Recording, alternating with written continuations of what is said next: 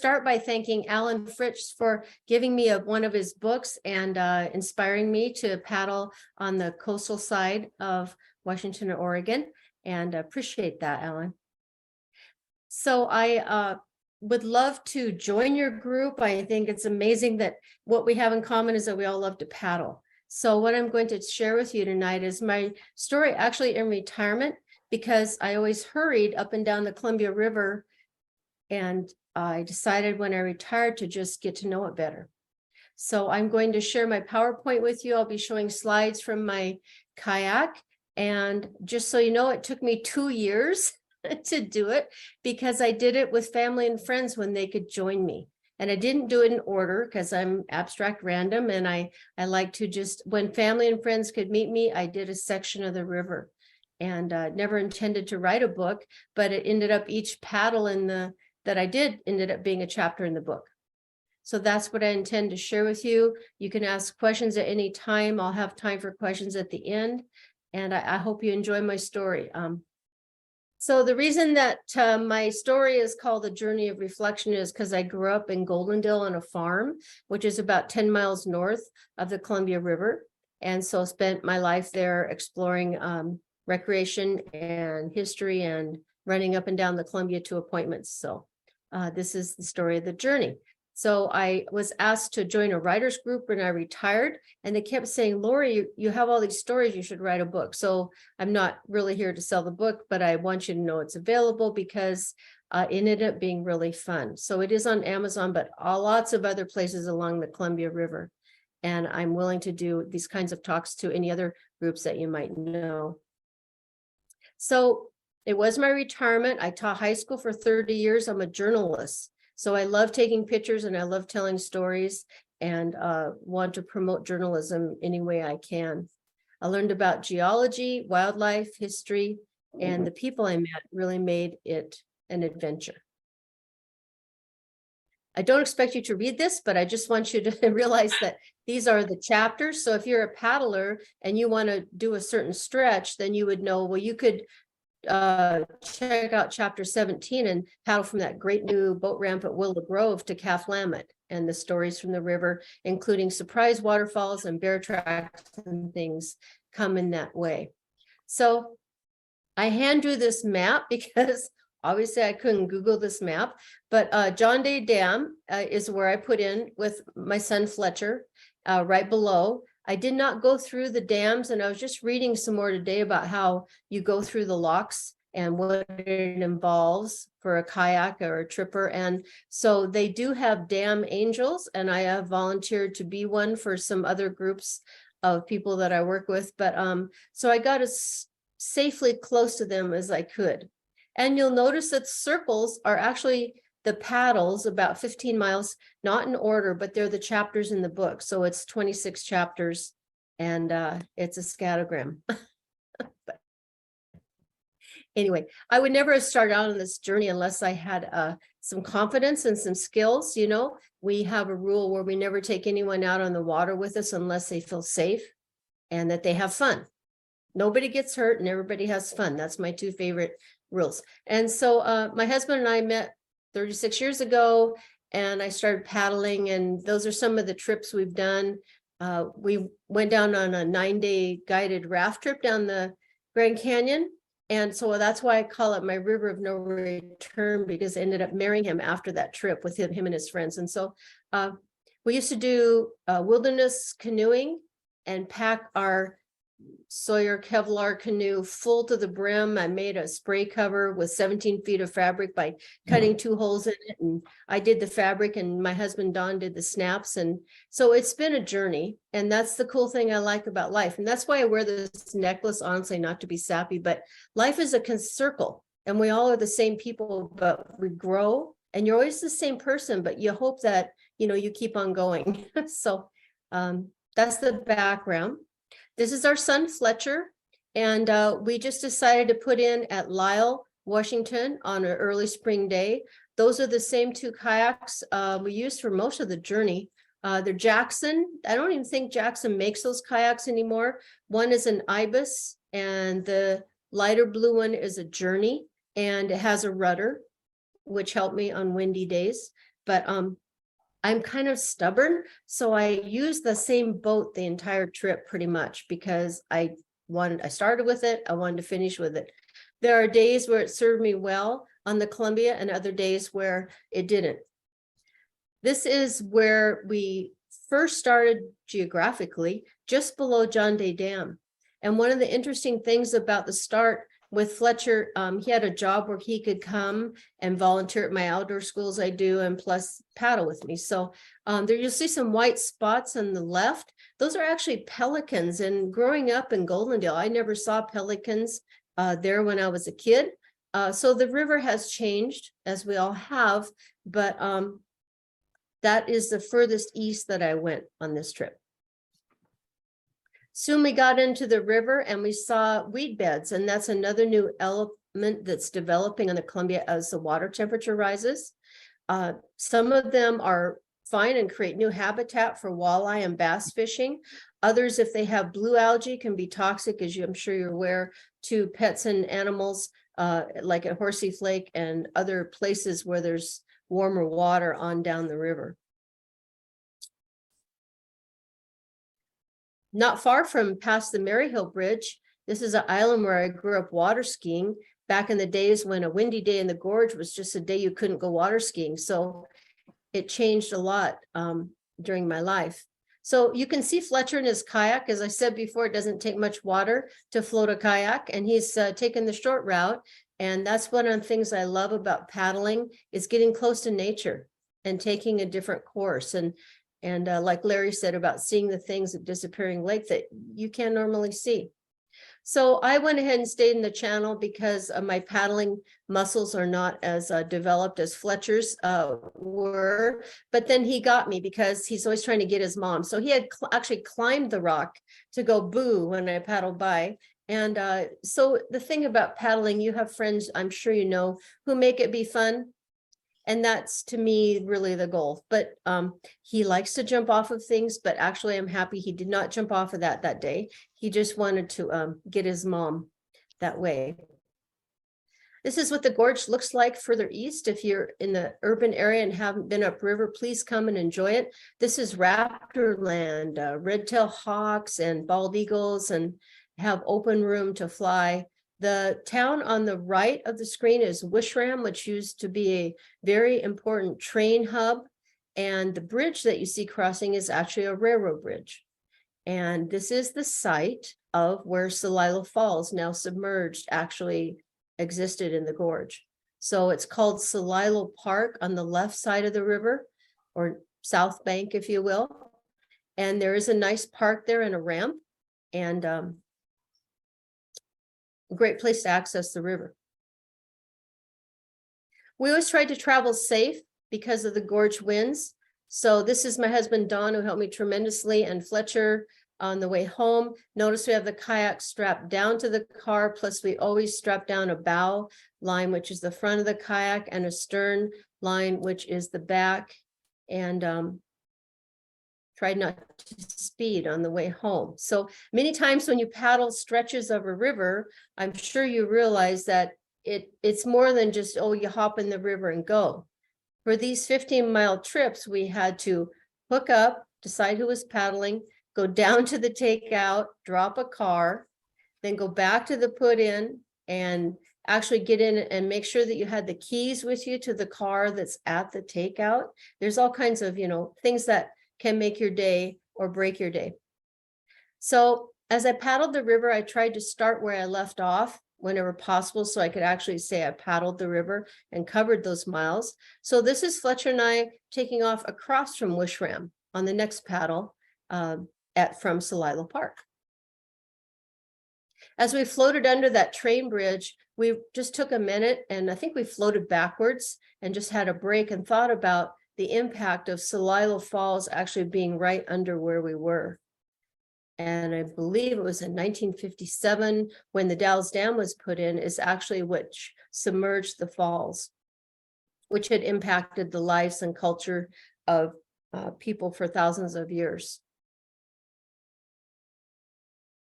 So we stopped at an island for lunch, and this is called Brown's Island. And before the dam, you could actually drive out to it. But he skipped some stones in the river and we had a minute. And I thought that the sand eroding through the rock cliffs on the Oregon side kind of looked like waterfalls, because the gorge, as you know, is so famous for its waterfalls. And I was taking time to get to know the Columbia. So I had a haiku moment. So I decided that the sand actually looked like waterfalls. So bear with me, please, because I have 3 English teacher friends. But I came up with a haiku, which is just syllables of 5, 7, 5. But it made me feel connected. And that's the thing about paddling. So waterfalls of sand pass through these ancient rock cliffs. Time flows to the sea. And those actually are much larger now than when I took them several years ago, when I actually went by that area. This is one of my best Mother's Day ever. This is our sons, Fletcher and Casey. He works for Boeing in Everett, so he couldn't join me as much for the paddle as Fletcher could. But that's 199 miles from the Pacific Ocean. And so it became a journey. And I decided, because I'm a little stubborn, once I'm going to do something, I'm going to finish it. So there we went. So this is Avery, which is there just near Wishram. And there's a mountain hiding in the clouds. Can you think in your mind or suggest what mountain is there? It's the river with fog and clouds. Mount Hood. So this is another one of my, being a journalist and a photographer, reflection pictures I got of Mount Hood. That noticed the snow, because I did not paddle, year round. I actually took the winter off, but I love the gorge, and it was so great to slow down. Here's Mount Hood as we finished the paddle that day. I had Googled the takeout, and so we were looking, it was the 4th of July, beautiful summer day on the river. But the thing about the Columbia in many areas is I call in the morning, it's a beauty.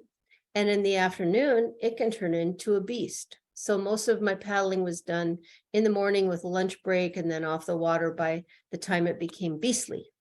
So Fletcher and I are paddling along, and 2 bald eagles fly like right over us.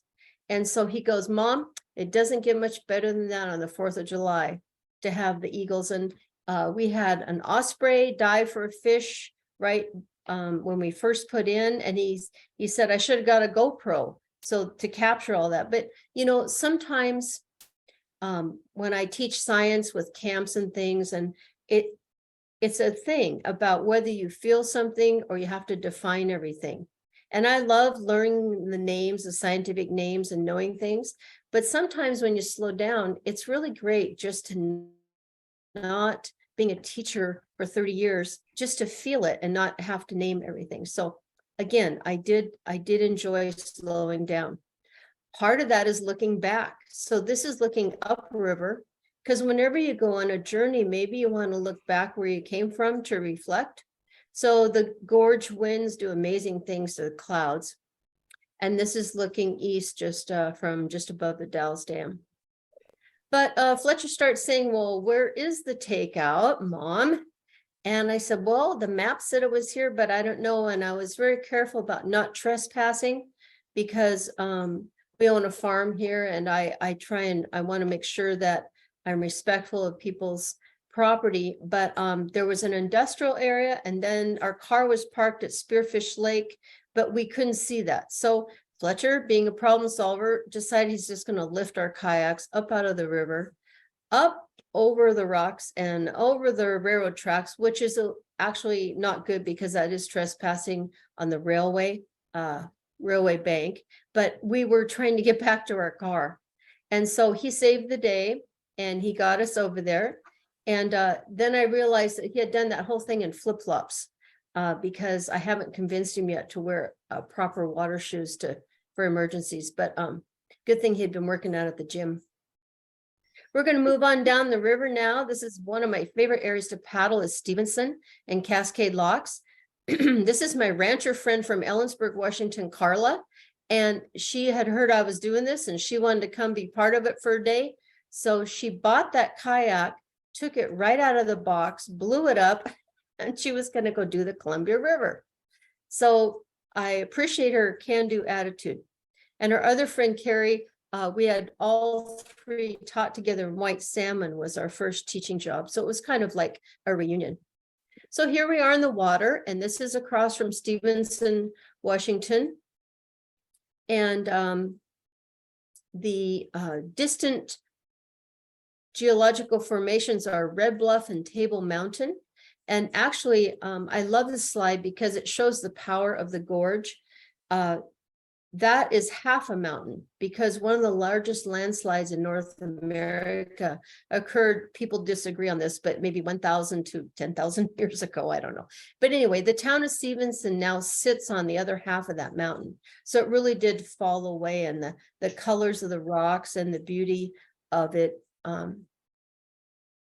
really make me happy to paddle there. So in the distance, you'll also see a cruise ship, really tiny white box in the middle. Many river cruises go up and down the Columbia River now, and are improving the economy of the towns along the way. But being kayakers, let me talk about this. Do you see the rocker on Carla's inflatable kayak? She again had just blown it up right out of the box, and on the bow and stern are raised on that, and that's really great for handling moving water. Forgive me if I'm talking to people who know this, I'm sorry, but I try and just cover everything. So look at the profile difference of the two kayaks. So the Ibis is low in the water. You know, it has a place for a dry bag on top. We always took a change of dry clothes because no one ever plans to tip over. I can say I did the whole trip and didn't tip over. I could have many times, but I was always prepared if I did. So anyway, but the first kayak is better on this time of day where the Columbia River is like a lake. That's the beauty part, but it can change quickly. In fact, it did that day. And someone said to me not too long ago, why are all your pictures of the Columbia River looking like a lake? Why are they, you don't have pictures of when it's raging? And I had to say, well, because I was paddling and I couldn't really take a picture when I was trying to like save myself. But anyway, it was like a lake this day.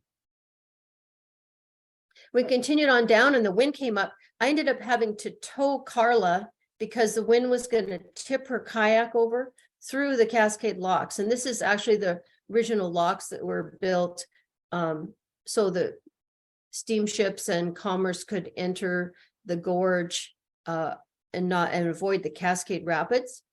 So in the distance, you'll see the Bridge of the Gods, which is part of the Pacific Crest Trail and was in the movie about that. But most importantly, my favorite campsite really in the gorge is the green spot to the left. And it's called Marine Park. And they have some RV spots, tent spots, nice boat ramp there. People fish in that lock area a lot. And the bridge over there goes to Thunder Island, and they actually do weddings and host events there now, but it's a great place for a hike or if you have a dog or want to throw a frisbee or something like that. But Thunder Island, Cascade Locks, and then Stevenson on the Washington side really offer a lot of opportunities for some really fun day paddles. This is actually I only did 2 solos because of the idea of don't swim alone and or paddle alone. But this was just a short trip then from that marine park to the Bonneville Dam. So just above Bonneville Dam is Eagle Creek. And actually I paddled right through here 2 weeks before the devastating Eagle Creek fire that was started there by a firework that year. And I did not know that my friend was taking this picture. I had just solo because after all that wind the day before, Carrie decided she wasn't going to paddle. And like I said about safety, but I really had fun that day paddling under a bridge because of perspective. You know, you spend your whole life driving across things and just to look at things differently. It was part of what I was seeking on this journey. So I couldn't help myself, but I ended up having that be the cover of my book. It's a little grainy and all that, but it means so much to me. She took it because actually she ended up with Alzheimer's and passed away during the COVID pandemic. And that was the last day we ever paddled together. So just, love on your paddle friends and keep paddling. This is the takeout that day. This was my retirement present. It's a Thule Holovator. And because it's pneumatically driven, I can actually put my kayak up on top of my big Chevy truck called Vinny, because he's the color of red wine and he's been with me lots of miles and he talks in Italian and it's a journey, right? But for me to be independent and be able to not have to have other people get injured and things, we love our Holovator so much. We have two now because it just makes it easier. So chapter 10, on down the river. Another major paddle buddy on this journey was Deanne. I taught with her in Woodland, Washington. And she's younger, stronger, scuba certified, grew up boogie boarding in the ocean and cutting bait on a fishing boat. So that's a good paddle buddy to have, right? And she played basketball in college. And so anyway, it just was good because she pushed me on to up my skills and go more miles and things like that. So what you see here is Beacon Rock, and that's just below Bonneville Dam pretty much. Used to be called Castle Rock. And again, slowing down and learning about history. I loved taking time to research things I hadn't known before and just feel like Lewis and Clark, camped there. And when they would go on hunting parties, it used to be called Castle Rock. Henry Biddle bought it for like $2 because they were going to blast it and make gravel for Portland. And now there's a trail to the top and it makes a wonderful picnic. But it's a very safe place to paddle the Columbia. If you're not sure you want to paddle the Columbia, this is beautiful. There's an island, bobcat tracks, wildlife. We stopped there for a picnic. And there's a campground there, state park there. So from Beacon Rock, when Lewis and Clark would go on hunting parties, they actually used it's the third largest monolith in the world. It's actually the center of an old volcanic core. So they would use that when they go on hunting parties so they could get back to camp and for navigation. We pulled up for lunch just below there near St. Cloud Park, and someone else had already been there before us. And so I have some videos, but I wasn't sure I could share them on Zoom. But my friend Deanne, that's her kayak. She has a Pungo kayak. It has a higher gunnel. A gunnel is the edges of the cockpit, if you will. So it can take on more water, shorter.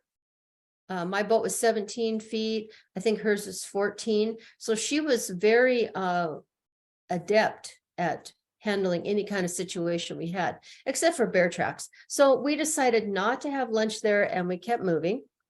And the wind came up, which you can't see here because I took it before the wind came up as much as it did later. So our rig was at Rooster Rock State Park across the river in Oregon. And the little line you can see towards the middle of the photo is actually Multnomah Falls. And Don and I love the gorge, and we got married at Multnomah Falls. And I always think I know where I am until I don't. And so we did not want to cross the river because I was already taking on water. And so this is Prindle. And we stopped there to form a plan B. So I called my husband, Don, and he worked out of the Dalles. So he came and got Vinny and kind of rescued us from having to cross. Again, everybody should always feel safe, I believe, when you're paddling. It's never so important as getting the job done. So Prindle isn't very well developed, but it's a wonderfully kept secret. It's beautiful. So we found some people who said, well, you can use our stairs and to get off the river. And so we did. But you'll see the kayak way down on the beach down there, and they live on a fancy house on a cliff. So in order to get off the river that day, Deanna and I had to carry our kayaks up the winding metal stairs, maybe, 80 feet, and then go back and get another kayak. And those corners were pretty interesting. And then our stuff, our life jackets, dry bags, Snacks were big with us. So we had to make 3 trips up these stairs. But again, we felt safer. I did. And Dawn came to our rescue.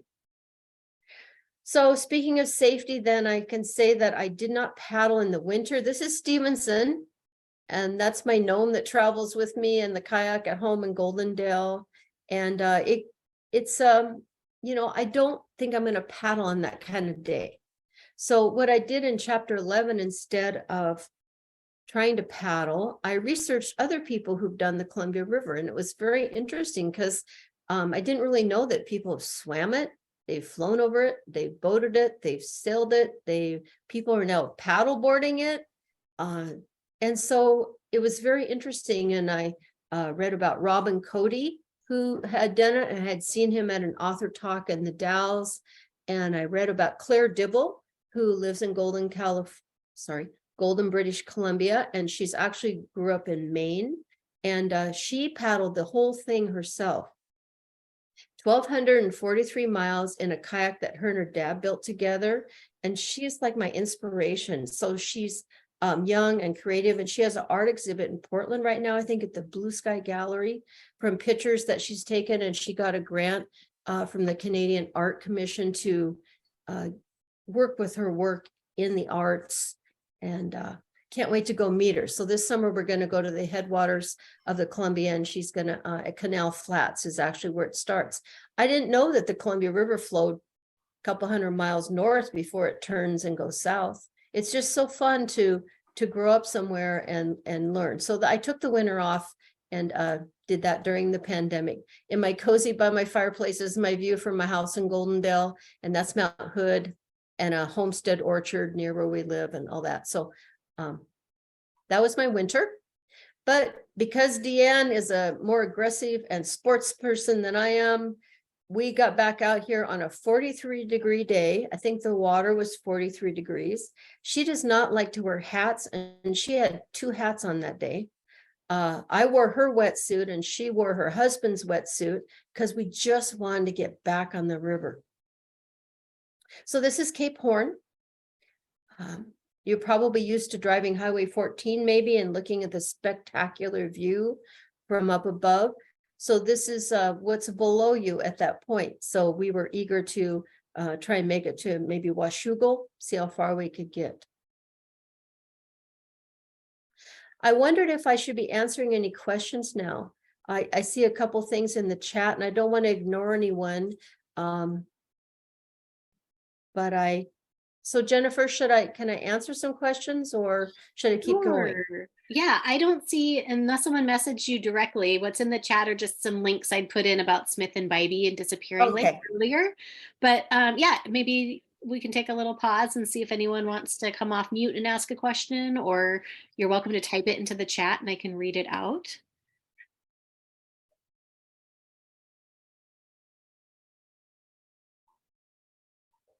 Thanks, because I tend to talk too much and not take breaks just in case. That's okay. We can also do questions at the end, but sometimes, yeah, maybe if there's something that's come up for folks. That's fine. And we are trying to get to the ocean. We are trying to get to the ocean. That's true. Yeah. Yeah. So came around the corner and there was a waterfall. And so Deanne paddles over to videotape it because her husband got her a waterproof video camera. So we have videotapes of the bear tracks and the pelicans and all that. But one of my favorite fly fishing writers is Paul Schullery. And so I decided, really the Columbia is my home river. And he says, a home river is that rarest of friends, the one who frequently surprises you with new elements of personality without ever seeming a stranger. And I didn't know there were waterfalls here. And now when I stop at Dalton Point on the Oregon side, I look across the river, and on a rainy day, there's like 5 of them.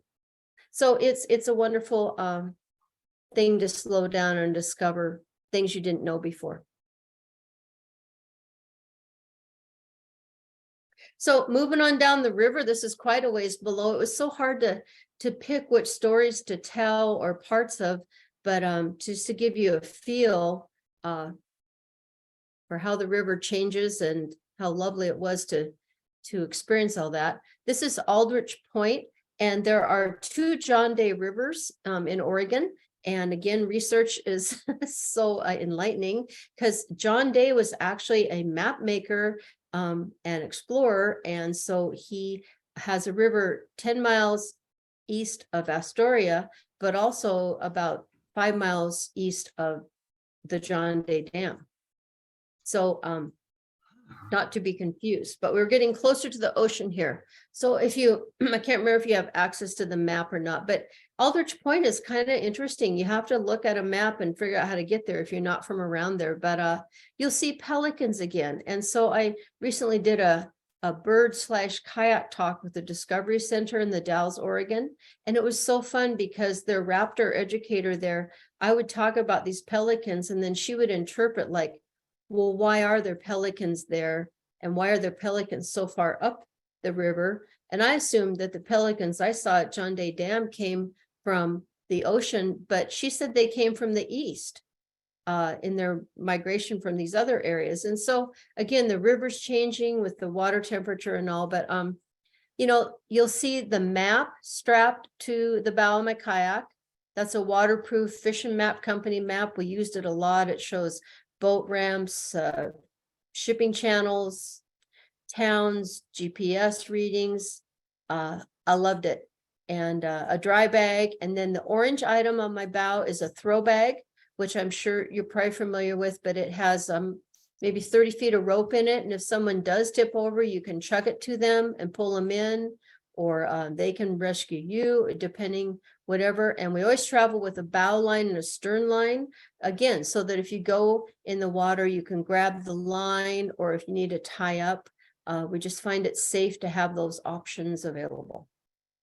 So the pelicans all lifted up off the river and flew right over us again.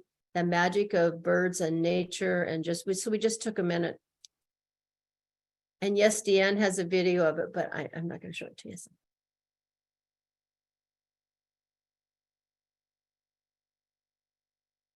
So it's getting closer to the ocean now. So the John Day River, our goal was to go to Hammond, which is a fishing marina, no doubt that you're familiar with.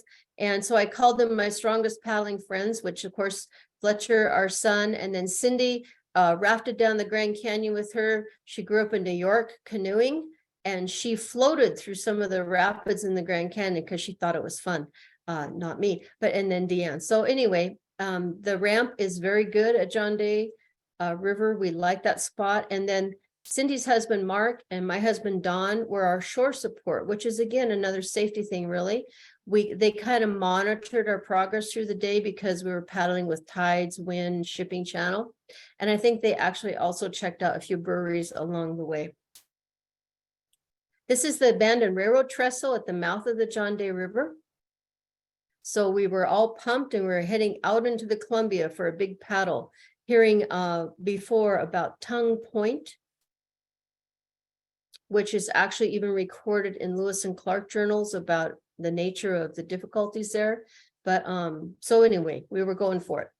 This is a map of that area, and you'll see Tongue Point on the far right, Astoria, and the white is the shipping channel on the south side. And so trying to decide where I really was going to take out, trying to paddle to the Pacific, I chose not to do the Washington side because of the nature of Baker Bay and the way the tides rush through there. And the far peninsula on the left is actually Clatsop Spit, and that's how far I went. That's how close I got to the Pacific without actually, of course, not going over the bar in a kayak. And so it was good, except we were in the shipping channel and we had to be very careful about the tides because of obvious reasons. You can't paddle against the tide, and if you paddle with it, for example, when we did this paddle, we were trying to get to Hammond, and we blew right past Hammond, ended up in Warrenton, because by the time we got out, and then when we showed up in the marina there, we almost got ran over by a tuna boat coming back from 20-30 miles out at sea, coming back in a hurry, and came into the marina and swamped it. almost swamped Fletcher, and Deanne was waving her paddle in the air. And that was actually, I think, probably the most danger that we were ever in on that trip, was just because you're in a foreign element. I live on the dry east side, and many of you are used to the, ocean side. So anyway, safety, I hope, is always number one. We were tired and there was no place to rest. So we just hung on to this grass here, one of those beautiful, I did not know about the Lewis and Clark National Refuge. I think it's like 27 islands over 20 miles. It's beautiful. And the wildlife, the blue heron and the flora and the fauna are fantastic. But we had to rest. And then we were out past Tongue Point, and again, the afternoon chop came up. We were in the shipping channel. I can point out here that one of the things that I've learned is the safest way to paddle in sketchy water is to keep a blade in the water. It really stabilizes you. And I actually had to learn to use my rudder safely, because if you can use your rudder wrong and it flip you in an instant. I learned that on a trip to the San Juan Islands one time. But anyway, so again, we were geared up and ready to dive in. So this was some of those boats are anchored, some are moving, and you'll see the profile of the kayakers and the Astoria Megler Bridge in the distance. And again, there's another bridge, right? I went through, I guess, under 4 or 5 bridges in the trip. The Maryhill Bridge, Bridge of the Gods, I-205, I-5, and a railroad bridge. That actually was a swing bridge. That was fun. And then the Astoria Bridge. So the ocean-going vessels, I did not realize how stealth and silent they are in the water. They push a little water ahead of them. And Deanna and I got in this big conversation about life or something, which happens when you paddle. You probably know that. And then we heard like ding, ding, ding, ding. And I like bells, like, I don't know, must have got the answer right or something. But it was actually because the ship came up behind us and we were so busy in conversation, we didn't even know, which is ridiculous because we were in the shipping channel. But anyway, it's a little daunting in a kayak when you come up against the big ships. Of course, she paddled over and took a video of it because she was all excited, and I paddled away to safety. But I did get to paddle under the bridge, which was on my bucket list, and I was glad. But we weren't done yet, so we camped. And so we had a group camp in Chinook. The people there were so nice to us. And Deanne's parents actually lived in Chinook. So we love that area, Oahu and Long Beach and all that. So that's Al's territory. When we camp, we always travel safely. So this is Vinny, our truck, and notice that we have the kayaks both tied together and bow and stern. We have foam on the bumper to protect and hold our RV along. So we did a lot of miles. When we did our taxes in 2022, Don and I had traveled 10,000 miles to do author talks up and down the Columbia River, like to Lewiston, Idaho, all the way to Astoria, Fort George Brewery, Salt Hotel, different places. But we never had to paddle in the fog. And I can see now that that is an additional danger if you're not prepared for it. So this is our shuttle across. This is our view from Chinook, birds lifting off at sunset behind Cape Disappointment. And again, I did not know that Cape Disappointment was named for an explorer named John Mears. And the river was so big that he thought it was a bay. And he was looking for this transit corridor of commerce, river. And he just kept on going because he thought it was a bay. He was disappointed. So at least I think that's what I read, that's why. So we did our open water crossing to get to Hammond, try to stick together. That's for the benefit of the ships as well as our safety. Again, we have a bow line. We blew past the one place we thought we were, but Dawn and Mark were there to greet us. And I did not paddle this. And I did not paddle this. That's the South Jetty and the waves coming up. And I did write an article that got published in paddling.com, which is a great online paddling magazine, kayaking the tidal influences at the beginning of April. So that was a fun bonus. But, you know, this is why I did not want to go all the way to the Pacific Ocean. That's just from beyond just past Clatsop Spit. So anyway, it was 2 days of intense paddling. We had a couple fishermen say, yeah, we saw you guys out there the other day. We're hoping you were going to make it. And then I didn't know about Desdemona Sands. And again, that fishing map was priceless because it showed me elements that, not being from around there, I wasn't aware of. But I wasn't done yet. So thank you for bearing with me. The last of the trip, because I could never get by Wind Mountain because it was always too windy. So Wind Mountain is a cinder cone in the gorge, and the gorge weather changes someplace. They even call White Salmon the land where rain and sun meets. And so when the fronts come in over the Cascades, as I'm sure you know, Stevenson and Cascade Lock have some of the biggest rainfall. Well, anyway, so a job's not finished till it's done. So I called in 2 paddling friends that had just moved to Goldendale from, they actually had a canoe, a French-speaking canoe camp on Canoe Island, this San Juan Island or something. And they used to throw him out of helicopters in the Coast Guard to go save people. So I figured I was in good hands. So it's Joseph and Connie and Fletcher and I. And so he came, we were camping in Stevenson, and this is the thing about safety. He came to me at 7 o'clock in the morning with a cup of coffee and said, Laurie, the wind's already blowing 7 knots. If you're going to go downriver, you're going to be zero, you know, progress. He said, what would you think if we paddled upriver and we surfed the waves to finish this? So, well, my mother was Scottish, and I had hired a bagpiper in her honor to pipe me home from this journey that took a couple years. And I said, Joseph, I respect your opinion and I'll give it a try. So we did. So I had to call all the bagpiper had to change. So now the put in was now the takeout. And so we started paddling upriver, just like Lewis and Clark did on the way back, right? So I figured we could do that. And the wind was significant. It was worse than this, but again, I had to keep my paddle in the water. So we rode the eddy. So as you know, the river flow comes back on itself on the shorelines on both sides, and there's an eddy effect. So sometimes if you're trying to paddle close to the shoreline, it can work tremendously against you.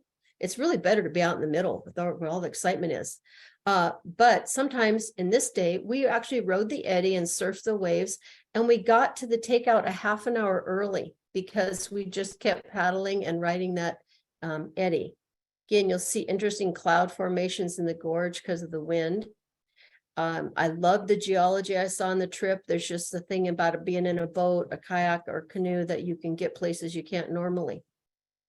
So I finished the trip, and I decided when I pulled in, I hadn't decided before, but when I pulled into the Drano Lake where we took out, to dedicate my story and my book to my mom, because she never had much luck with the river and was kind of afraid of it. But this is a ferry. There used to be one just like this at Maryhill, where she grew up. This is the one that was in Hood River, and they ran on cables in the river. And anyway, my mom's story was that the ferry, it was wintertime or something reason, caused the cable to break. So the ferry started drifting downriver, which would have been fine, except Celilo Falls was still there then, and they could hear the roar of the falls. And so all the men, she remembers as a child being told to go sit in the car for safety.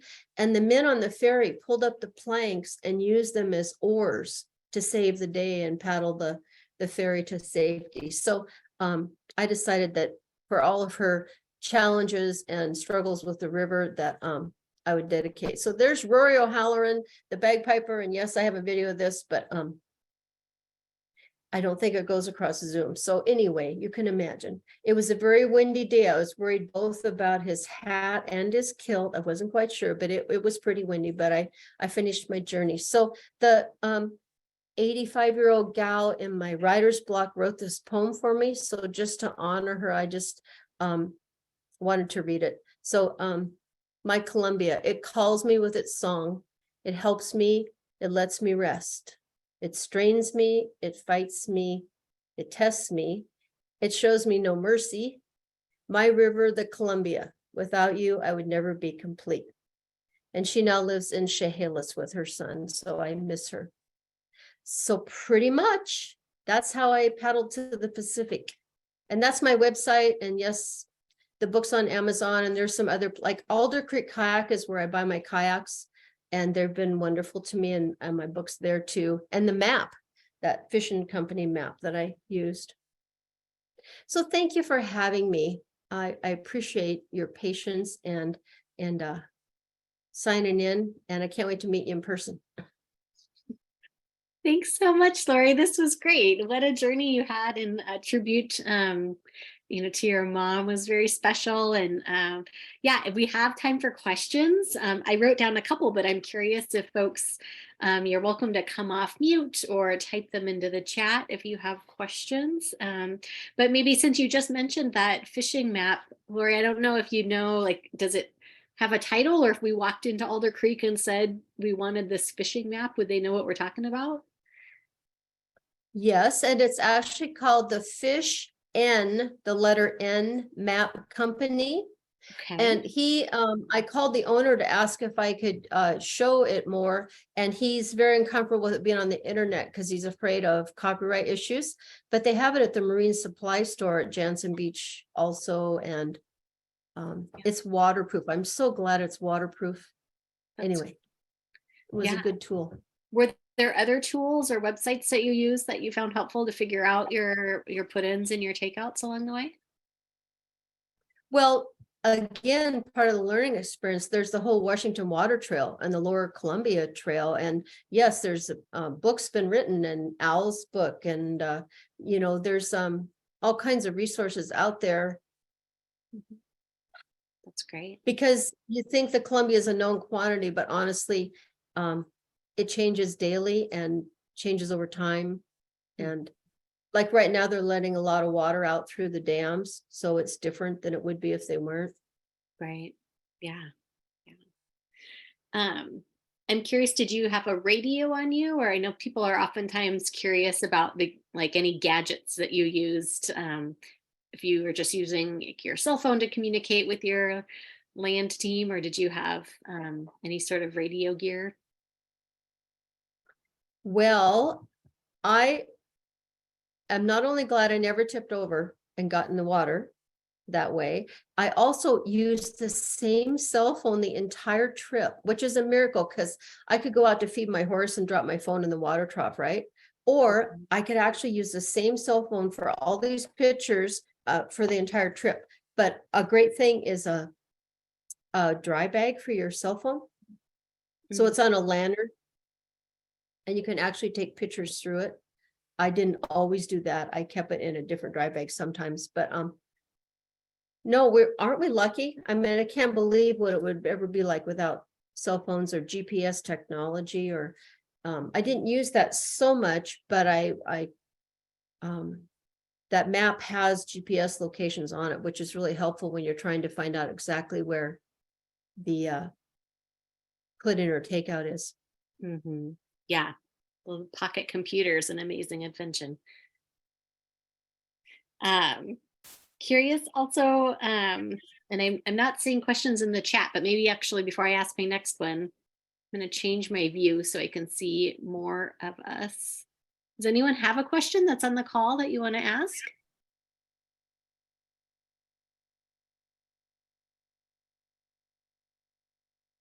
What's the bridge in the image here, the double bridge? I'm assuming it's a highway up above, the railroad down below.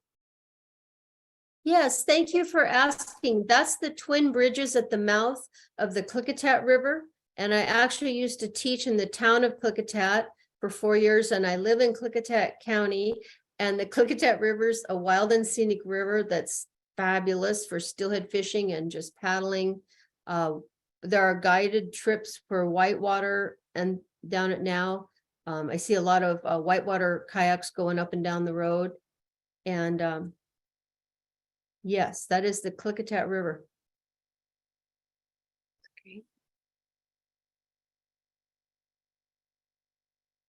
Laurie, I'm curious, we've had another presenter that was paddling like in Puget Sound, and there was some website they were able to see like the boats and the, you know, scheduled traffic kind of pattern of those boats. And you were in the Oh. fishing or in the shipping channel. Did you use anything like that, or you just kind of were hoping you I could did hear? not, but certainly learned a lot.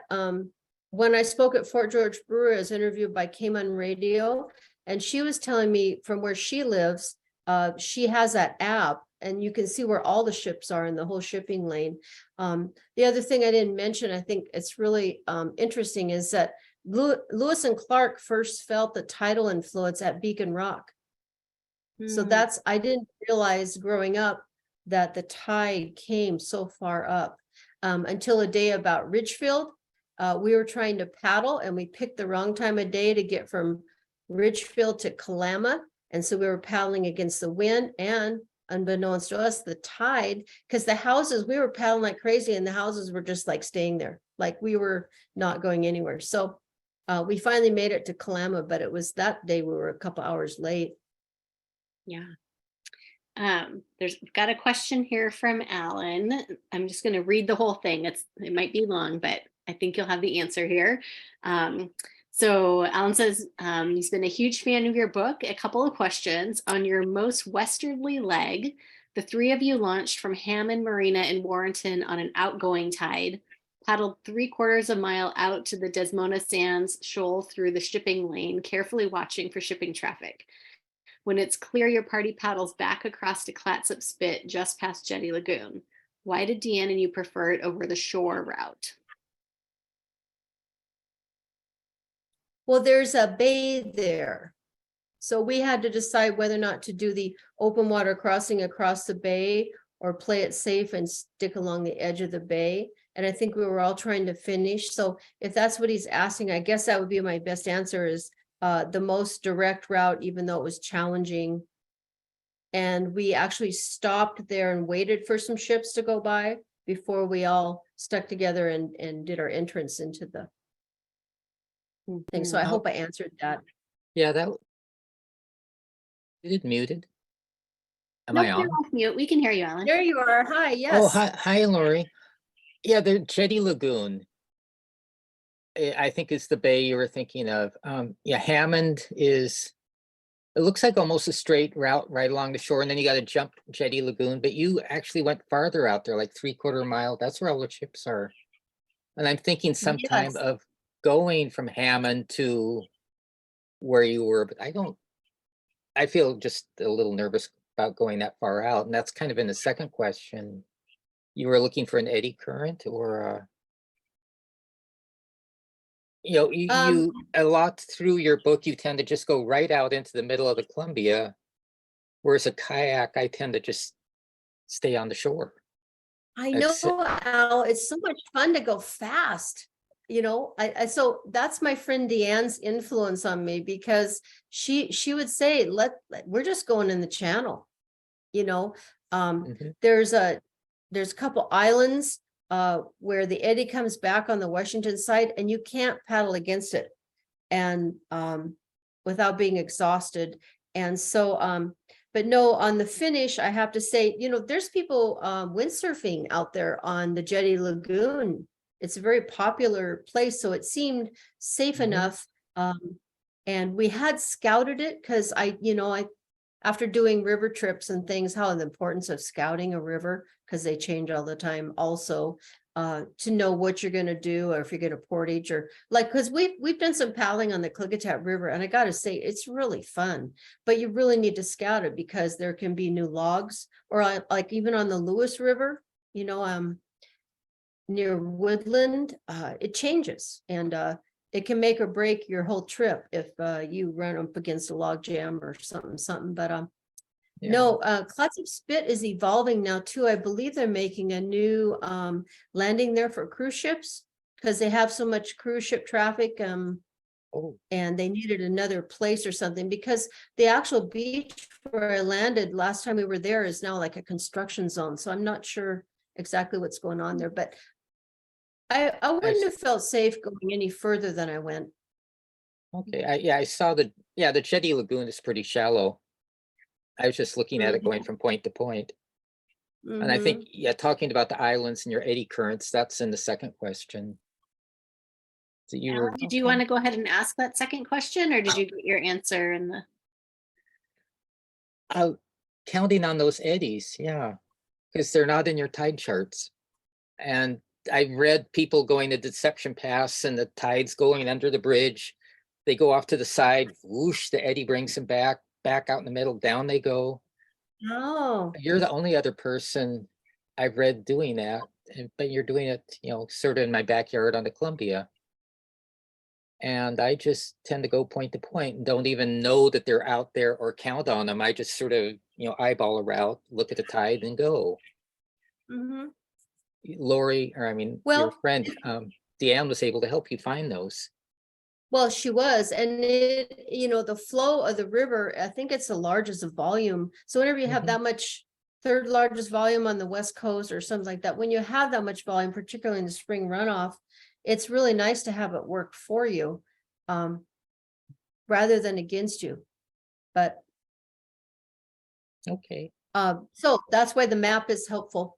I'm really glad you mentioned that, Al, because I do in July, I'm going to Deception Pass with Deanne. Camping and paddling. So I want to see bioluminescence. I've never seen it yet, and really want to see that.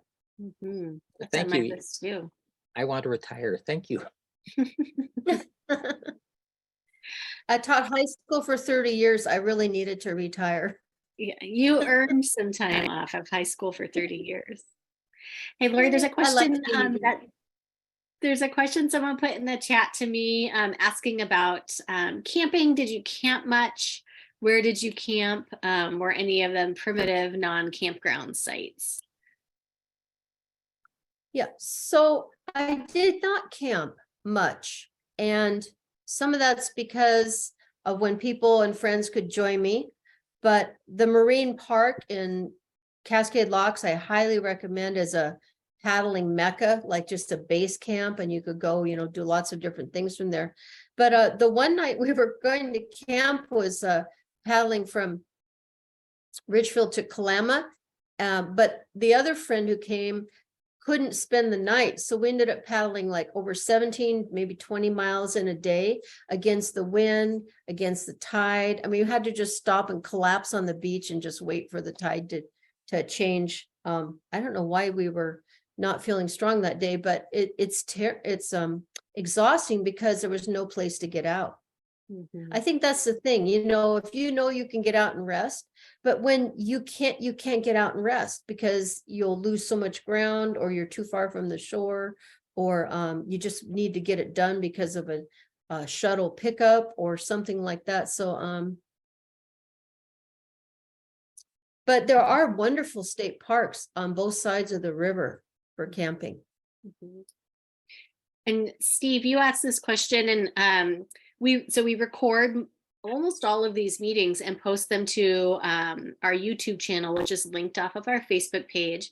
And a couple of months ago, I want to say, maybe it was even last month, Tom Myers talked about birding from his kayak. He lives up in St. Helens. So he paddles a lot around that area on the Columbia in particular. And in his presentation, I think there was at least 2 places that he had mentioned and had marked on a map in his slides of campgrounds that I think were more primitive, you know, non-state park sort of campgrounds, but just places that he's found to camp. So if you're interested in that area, you could check out Tom's presentation.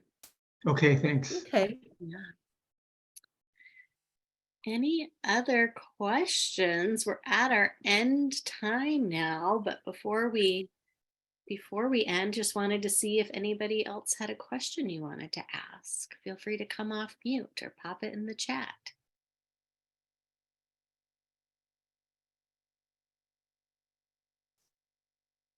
I'm doing my teacher thing of counting in my head up to 10 and back down to make sure if someone has a question, they can ask it before we move on. I had questions, but they've been answered by other people's questions. So yeah.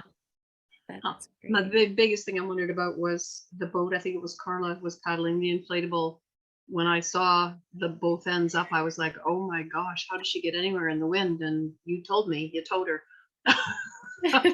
Yeah. It's All important to right. have the right tool for the job. That's right. All right. Well, thank you again, Laurie. Thanks everyone for being here. Like I said, this is recorded, so we'll get it posted to our YouTube channel. Make sure that you get the link. We'll send that out. Next month, we have Robin from Swallowtail Tours talking about foraging from your kayak. So we hope to see you back on Zoom for that. And then if you didn't hear at the beginning of this call in June, we're planning on trying out this hybrid meeting situation. So you'll be able to choose to join on Zoom from wherever you are, or come in person if you're in the Portland area to the Multnomah Village Lucky Lab. And we'll be hearing from all the different board members about their roles in the club and just kind of getting reacquainted again, meeting people face to face that maybe you've only seen on Zoom, and talk about getting out on the water together for the summer. So thanks for being here tonight. Thanks again, Laurie. Great to hear your stories. So we appreciate you being with us. Thank you so much for having me. It's a pleasure. Thanks for having other non-members come. That's great. Yes. Yeah. Yeah. Thanks for being here. All right. I'm going to stop the recording.